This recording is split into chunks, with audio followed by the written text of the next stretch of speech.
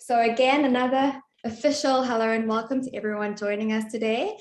I would just like to introduce myself quickly. My name is Candice Buckle and I work as Content Marketing Manager at Container xChange. I'm also the person who investigated and wrote our third report that we will be discussing today. So yeah, it's a great honor to be moderating this webinar as well.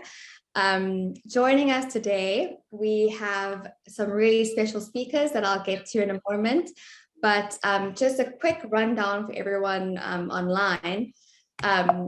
Just going to go through what we can expect today. So today we will be giving you a detailed rundown on the current shipping container market. We'll also be talking about why SOC containers are in great demand currently and what makes them a good alternative. I will also be giving an overview of the key results of our report. We'll also be ending off with a customer success story. And then at the end, we'll have a Q&A with everyone and conduct our knowledge sharing with 100+ container logistics companies. So yeah, it's going to be a good one. So joining us today, our first speaker is John Fossey, who is head analyst at Drewry, who, for those of you who don't know, Drewry is a neutral, independent maritime consultancy.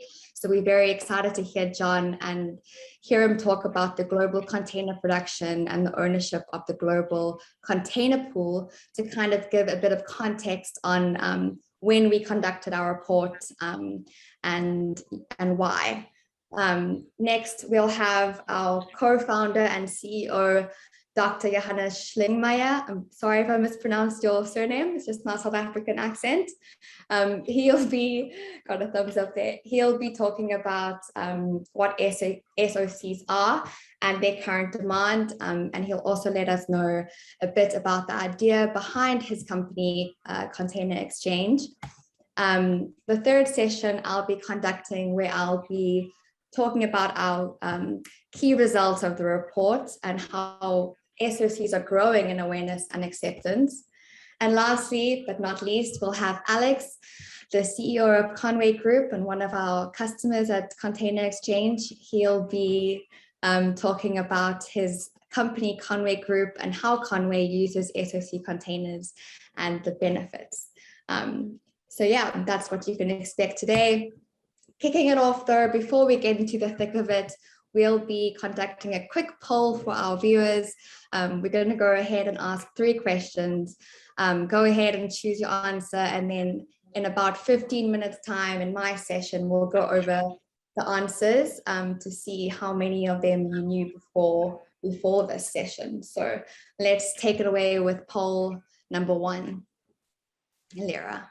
Yeah.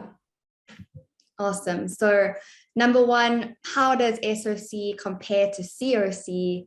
The options are A, SOCs are smaller than COCs, B, COCs involve less admin, and C, SOCs are operated by the shipper, COCs are owned by the carrier. Okay, a couple of more seconds for everyone to answer. Also, no one will know what you voted, so feel free to be incorrect and you won't be outed. Cool. I think we can move on to the next one. Yeah.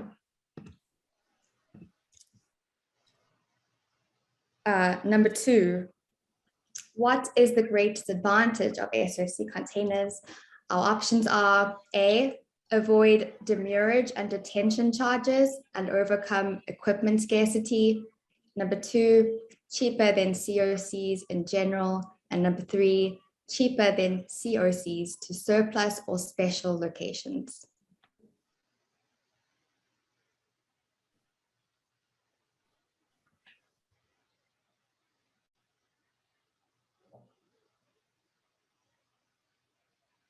A couple of more seconds left.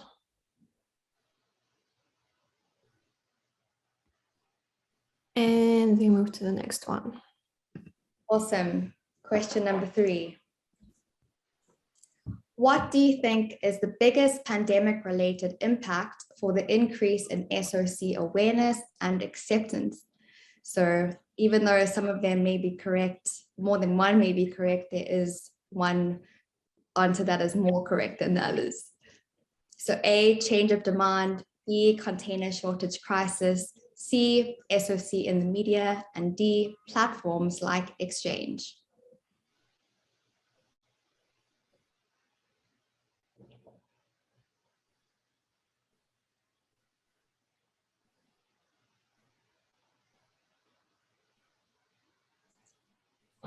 Great. Awesome. Thanks so much, Vera. We'll go over those correct answers a little bit later. So thank you for voting. Okay, I think we're going to head on to our first session with John and Drewry. John, I'll just, as discussed, share your slides and you can just tell me exactly which one to go to. So just to create some context for our report, Drewry will now give us a rundown on the container production market. Last month, they actually also hosted their own webinar on the same topic. So they're going to just be sharing their slides with us as a neutral, independent consultancy. John, could you just share with our viewers the main findings from the container shipping demand data? I think it's here on page 3. That is correct, Candice. Thank you very much, and thank you for Container XChange for inviting Drewry to participate in this webinar. So I'm just going to kick off by just giving a little bit of perspective as to what happened in the container shipping market in 2021, and then obviously to look ahead at how we see the market developing up until 2025. Last we measured this in terms of container handling activity, and in 2021 there was a sharp recovery compared to 2020, with the container handling activity increasing by about 6.5% and approximately 850 million TEU being handled. The growth was actually slightly slower as the year progressed. At the end of the first half of the year, Drewry had seen an increase for the full year of 8%, but as it turned out, that was reduced to 6.5%. And in 2022, we also see a slower rate of growth with approximately 4.5% more containers being handled. But as you can see from these blue bars, we do see an increase in amount of activity up to 2025, when around about 978 million TEU will be handled. In terms of the market conditions last year, well, a lot of the increase was due to a boom in consumer durable goods. This really kicked off from the middle of the year and then started to increase as the year progressed. But gradually, we saw spending, discretionary spending, move a little bit more to the services and the travel and the leisure industries. And that was the reason why that consumer boom came off of a slight high. Now, beyond 2022, we see an average annual increase in port handling activity of about 3%. Having said this, we made the forecast at the end of 2021. And since that time, we encountered the Ukraine-Russia crisis. We've seen a spike in inflationary tendencies as well. So if anything, we're being a little bit more cautious, and therefore some of that growth I've just mentioned may be slightly slower than anticipated. Got it. Understood. And John, what has changed in production of containers in 2021, and what is your expectation for 2022 in the production per se? I think it'll be on page 4. Okay, so in 2021, we saw a sharp increase in the amount of production, particularly out of China. Over 6.6 million TEU of dry freight containers were produced last year, and around about 386,000 reefer containers, and that was a record on both counts. What was also interesting, and this reflected some of the equipment availability issues in the market, or the lack of availability of equipment, I should say, in that over 85% of that dry freight production was in 40-foot high cube containers. Interesting. The market was also driven by the ocean carriers needing more of this equipment to move those consumer goods out of China. From the fourth quarter, though, we did see a slight slowdown in production activities, and we do expect this to continue into 2022, with our forecast currently being in the 4 to 4.5 million TEU range. So that would be substantially down on the 7.1 million TEU that was produced in 2021. Got it. Okay. And could you also give us a quick rundown of container equipment availability in 2021? I think that's okay. in slide 2. Yeah, if we move on, I think we need to move on a couple of slides. We've got something there that illustrates this, and the next one I think it is as well. Yeah. Okay. Now, effectively, we measure container availability in by two ratios at Drewry. We look at the vessel slot ratio, and we also look at the productivity of containers in terms of the number of port moves made by that container each year. And what we saw was, when it came to the ratio of containers per slot capacity, that increased from 1.77 in 2020 to 1.93 in 2021.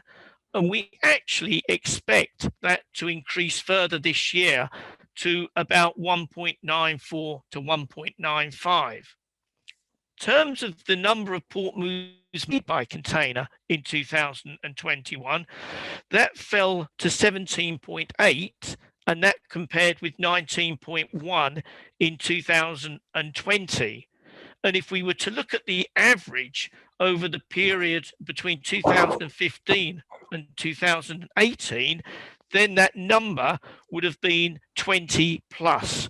So there was a significant reduction in productivity levels last year, and that was to do with the congestion, not only in ports, but in warehousing, on landside supply chains as well. So containers were on the whole, in our estimate, 20 to 25% less productive in 2021 than they were pre-pandemic levels.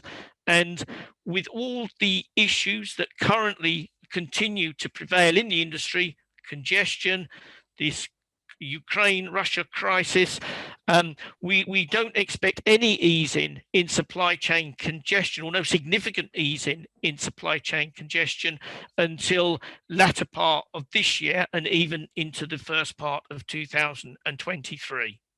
Yes, exactly. I think we are forecasting a similar thing at Container XChange as well. So looks like there's going to be a lot of congestion as we move on to the second half of this year.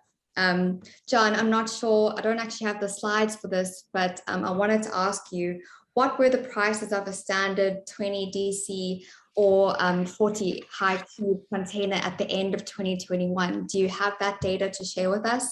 I think I can give you some intelligence on that. Yes.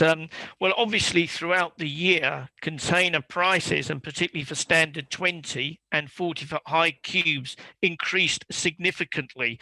So in the fourth quarter of last year, a standard 20-foot container was costing around about $3,375 US. And that was that compared with 2,160 at the end of 2020, and just $1,650 US at the end of 2019. what we have seen actually is that there's been a slight coming off of that high value in the first quarter or in the first couple of months of this year. And we will have a full data set in the next couple of weeks or so, but currently our estimate is that a 20-foot dry freight standard container is retailing for about $2,950, $2,975 US. Awesome, thank you so much, John. It was really good to see exactly, how congested the container market was when we did conduct our study, which was in the fourth quarter of 2021. So thank you again for taking the time to chat with us and going through this with us. And as Lyra said in the chat, you can find John Fossey's LinkedIn in the chat. And also, if you have any questions to ask him, please do feel free to post them in the Q&A. Thanks again, John. That's a pleasure. Thank you. Thanks. Awesome. So thanks again to Drewry for that rundown. And next we'll be going on to our second session hosted by Dr. Johannes. He will be talking about SOCs again and about container exchange. Thanks again for joining us today, Johannes. Thanks for having me. So just to kick it off straight away, Johannes, you and Christian started xChange back in 2017 based on the potential of the SOC market. So obviously before pre-COVID times, where the market was fairly normal. First question, can you walk us through the idea of container exchange as well as the growth you've seen over the past few years? Sure. I think both Christian and I, we were management consultants at the Boston Consulting Group for 10 years and worked for many of the big shipping lines and freight forwarders all over the world. And really two main issues that we constantly faced. And one is that a lot of containers are moved around empty. That's like a given in the industry. And second was that a lot of cross-company interaction is needed to get basic pieces of information. So where is the container right now? What document do I need for that container? So which is why we said we want to build a marketplace and operating system for container operations. And we started in 2017 with a marketplace to rent containers, so for leasing SOC containers. And back then, a few shipping lines, a few freight forwarders. And since then, I think this has grown in two main dimensions. One is in terms of functionality. So we added trading, as we now see here on the left-hand side. So you can also buy containers at these much higher prices now that John was mentioning. So we also saw a steep increase in container prices. And secondly, in terms of functionality on what else beyond the actual marketplace experience xChange is covering, a lot of the operations of the containers now also handled via xChange. So be it depot communication, depot interactions, surveying, insurances, maintenance, repair of containers, now truck booking, etc. So a lot of the processes that it takes to move around a container, to move an SOC, but also for a COC are covered via xChange now. And the second dimension is the growth in terms of customers. xChange now has a little over 800 customers all over the world. And honestly, the growth or the development of the product probably wouldn't have been possible, or certainly wouldn't have been possible without these, as we constantly, together with our customers, evolve the product. Alex, which we're all going to hear in a second, certainly played a key role there as well. Awesome. And then can you quickly give us a great definition of what SOCs are in relation to COCs? Sure. The SOC means that the container is operated by the shipper versus the carrier. So that's the SOC versus the COC. Hence, the container is either owned by the shipper already or is booked separately to the space on the vessel, to the slot on the vessel. There's really two main advantages from a freight forwarder, also from a shipper perspective, for using an SOC. The first one is flexibility. So if you book a COC container, you essentially book the container together with the vessel space, also meaning that from the carrier, meaning you're reliant on the carrier to return the container into the depot, into the place, usually at the port where the carrier wants the box to be returned at destination. With an SOC, you can essentially, let's say you have a move into a hinterland location, you can agree with the supplier of the container that you will drop the container in the hinterland location, and also at the time that you want, and And the second advantage is, and now this comes to one of the questions in the opening questionnaire. The second advantage comes from cost savings, mainly around demurrage and detention. You can, if you play SOCs well, you can basically avoid demurrage and detention completely, especially in cases where you are moving the container inland, where there's times today where there's congestions in the port. You can drive down these demurrage and detention charges, because you essentially negotiate the container booking. You negotiate that separately from the vessel space. So you agree on a $1 to $5 daily rental fee for the container versus spending $50 to $100 per day on demurrage and detention towards the carrier. Awesome, thank you. And can you tell me, Johannes, what makes SOCs more relevant now in the current equipment crisis?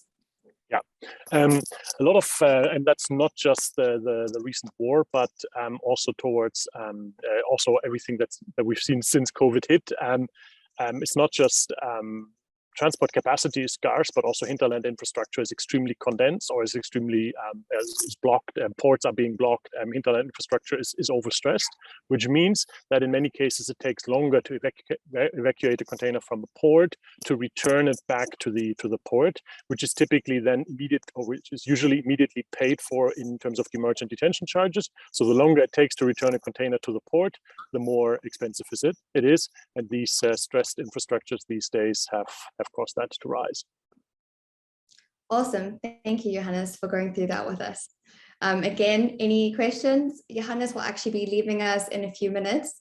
I think he still has 10 minutes with us, but he won't be able to answer any questions at the end. So any questions you have for him, we will keep them aside and probably answer them in an email form. So thanks again, Johannes.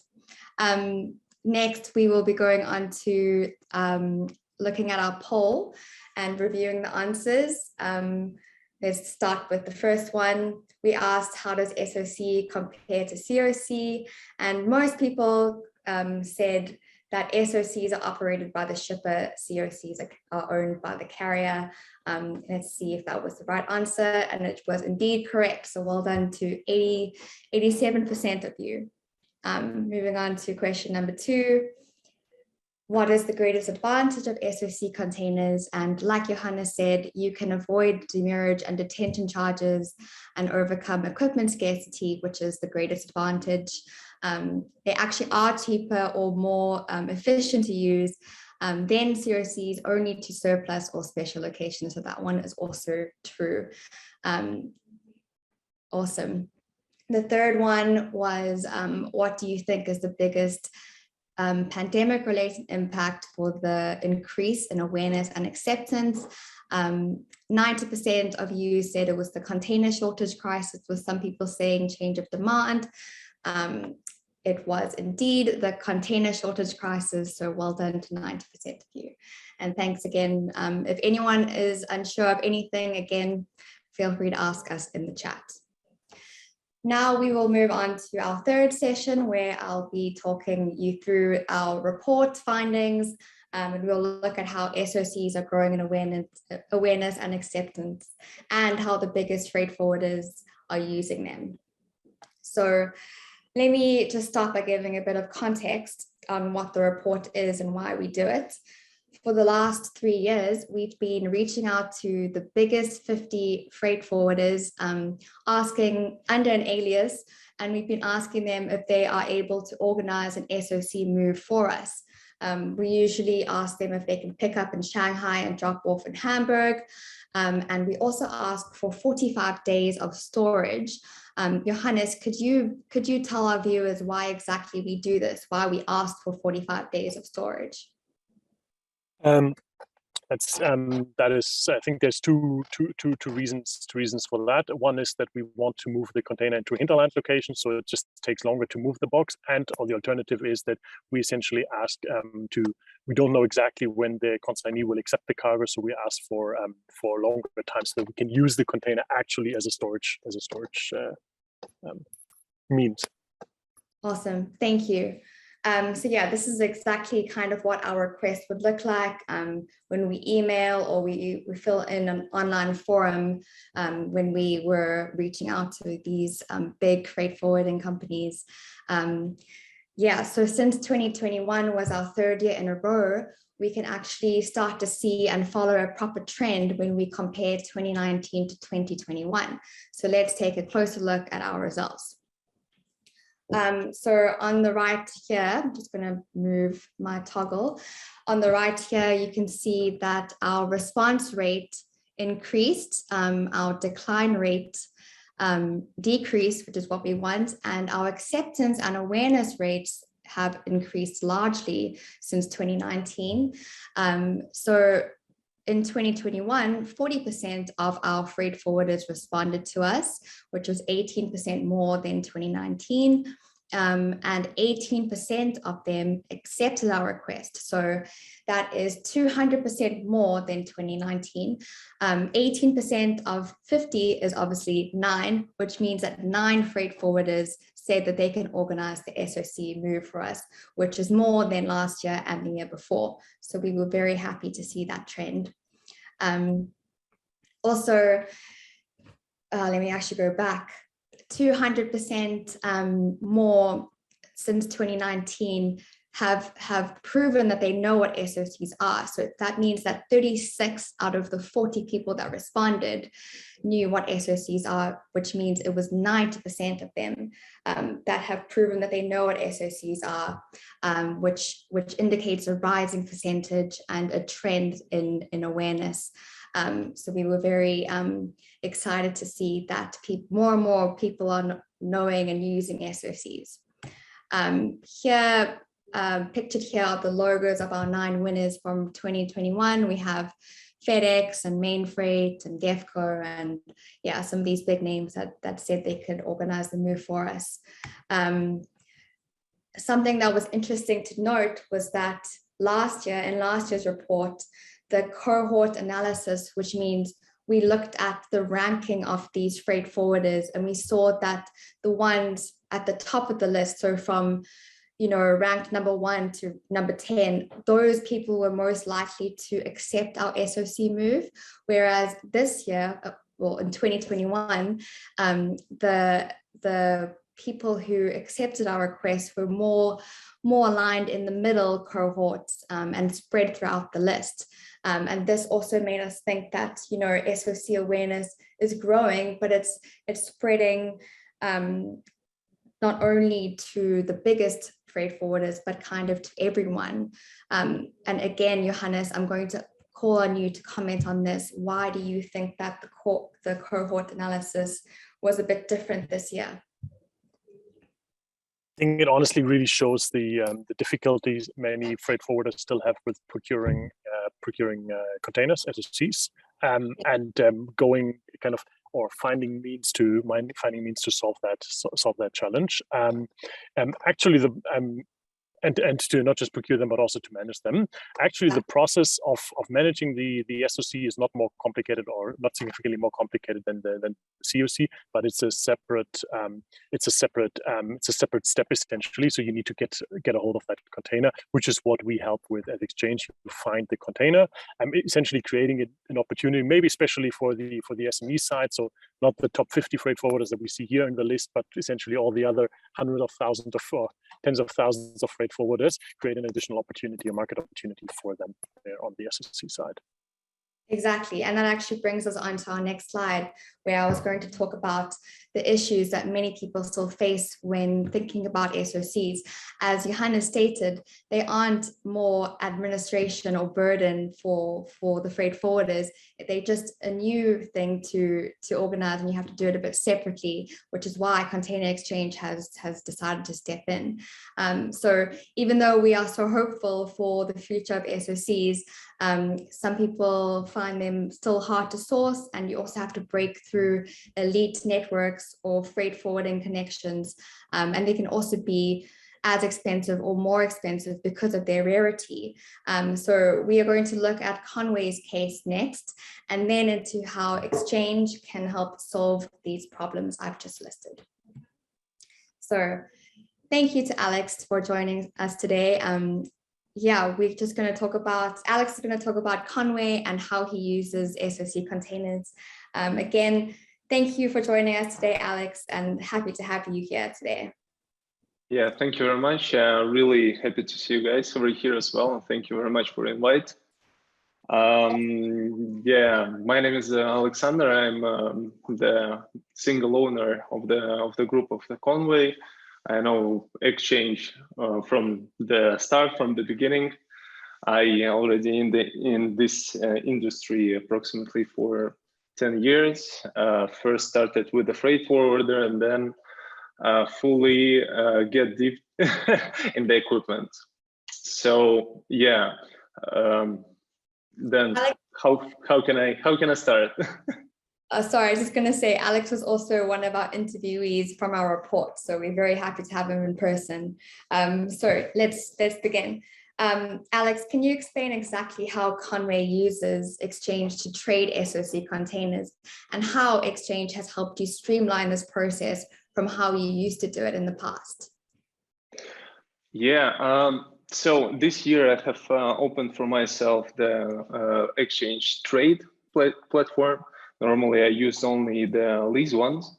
How do we use the platform for the trade? Well, normally it's mainly going to the areas which we are not really focused on, or maybe some of the new markets which we still didn't develop.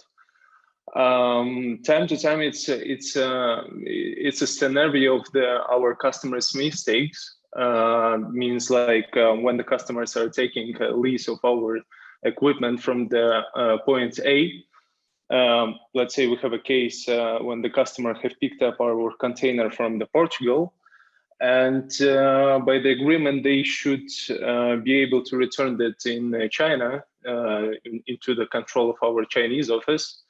But all of a sudden, the shipper have canceled the collection, and instead of return our equipment, they simply took it to the Scandinavia by mistake, of course.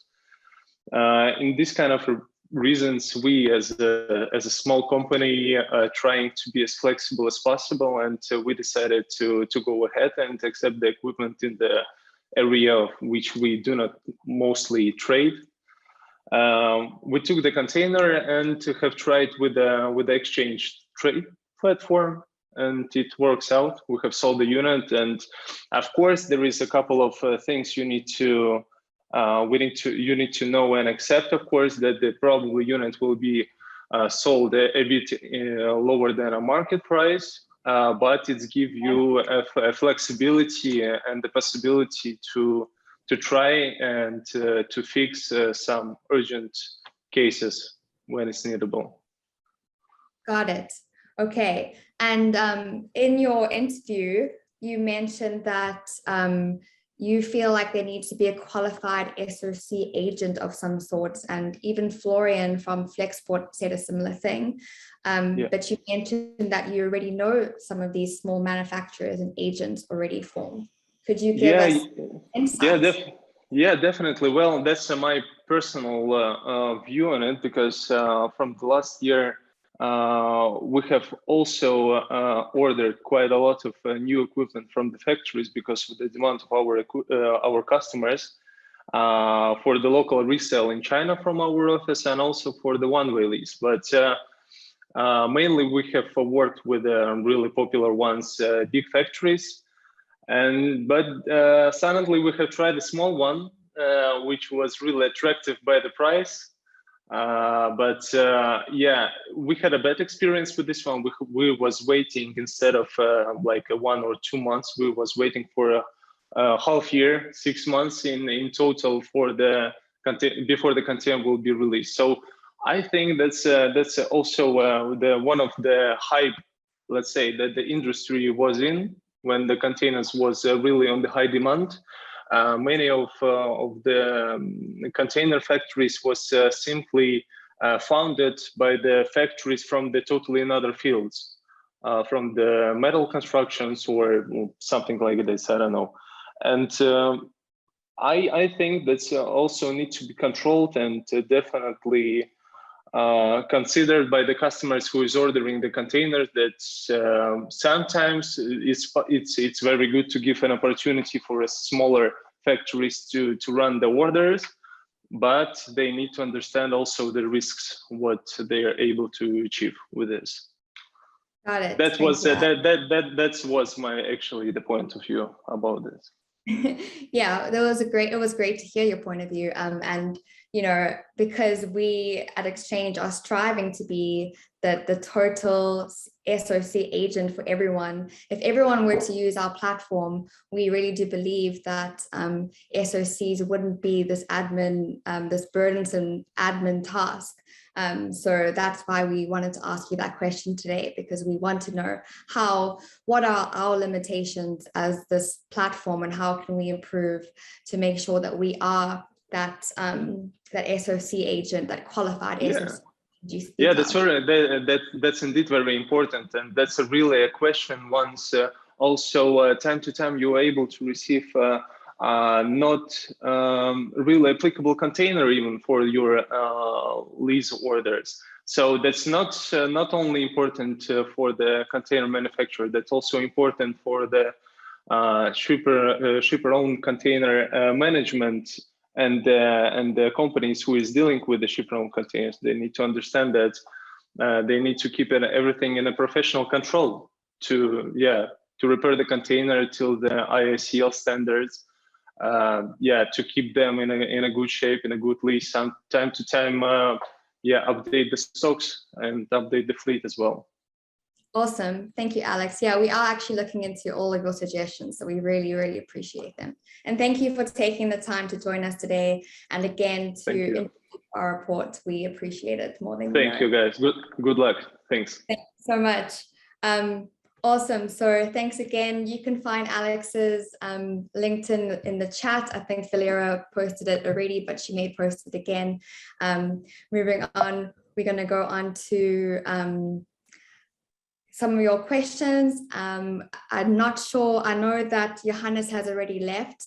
We might get our other marketing veteran, Florian Fries, to come answer some of our questions, maybe in the chat or in person, seeing as he's not feeling too well. But let's see what questions.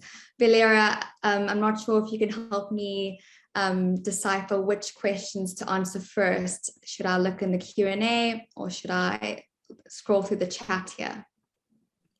Yeah, I think all the questions that we had so far in the chat, they're already answered by Flo.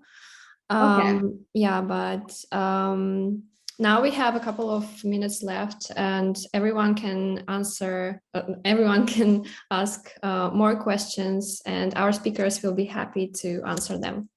Okay, great. So if our participants can just raise a hand, and then they can ask like live and unmute themselves. Should we do it that way?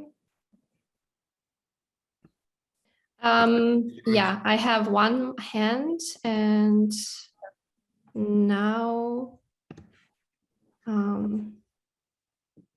I think I have given them access to talk. Okay. I just see a question here from. Yeah. Hello. Hi. Can you hear me? Yes. Actually, I'm Byron Lee. I sent an email to Foreigner asking about getting 350 40-footer high cube in Qingdao. The client are ready to buy the container or lease the container. So I'm not sure this can be supported by exchanges. Hey Byron, in general, yes, of course. We can do that, or our members can do that via the trading or leasing platform. In this specific case, my team has to look it up if we have the right containers and the right quantity available in, sorry, I think it was Qingdao that you mentioned. Yeah. So the team will follow up with you on that. Yeah. Okay, great. Thank you. Thank you. The one of the important issue is the cost of the 350 containers. Of course, that's the most important question. Yeah. Yes. Okay. Thank you. Thank you.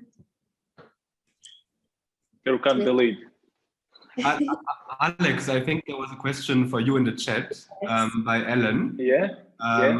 Can Alexander offer any details of depot availability and locations? Oh yeah, that's quite a question. You know, depending on the location, of course. Time to time, you see lots of possibilities to store the unit in Europe, let's say Duisburg. But at the next day, you see that the depots are really full and occupied, and it's impossible to open a depot contract. The same in China, basically. We are now running the 7 different depots in Shanghai because one after the another feels full without any capacity.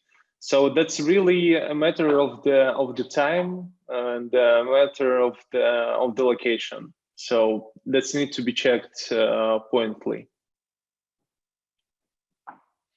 I hope that was the question which you asked.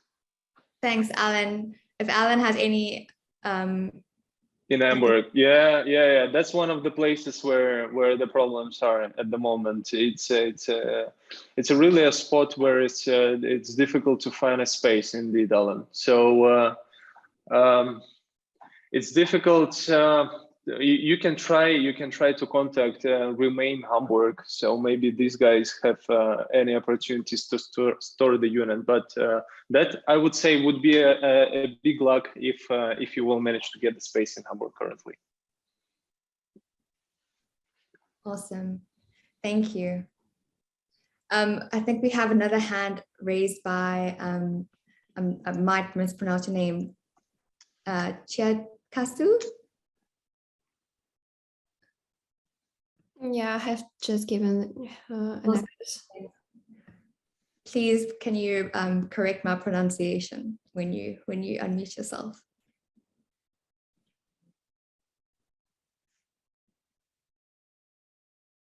If I remember correctly, we already answered one of your questions in the chat earlier. So even if that does not work out right now, please feel free to reach out anytime. Yeah. Oh, sorry. I didn't want to interrupt you. Maybe you just wanted to get started. No, I can see you're still on mute. Okay, so feel free to reach out anytime. And also for everyone else, I can see that a few people are dropping out now. We will share the recording and then we will get back to you on this. Probably Candace has a few more words. Yeah, if there are no further questions, I'd just like to thank everybody for joining today.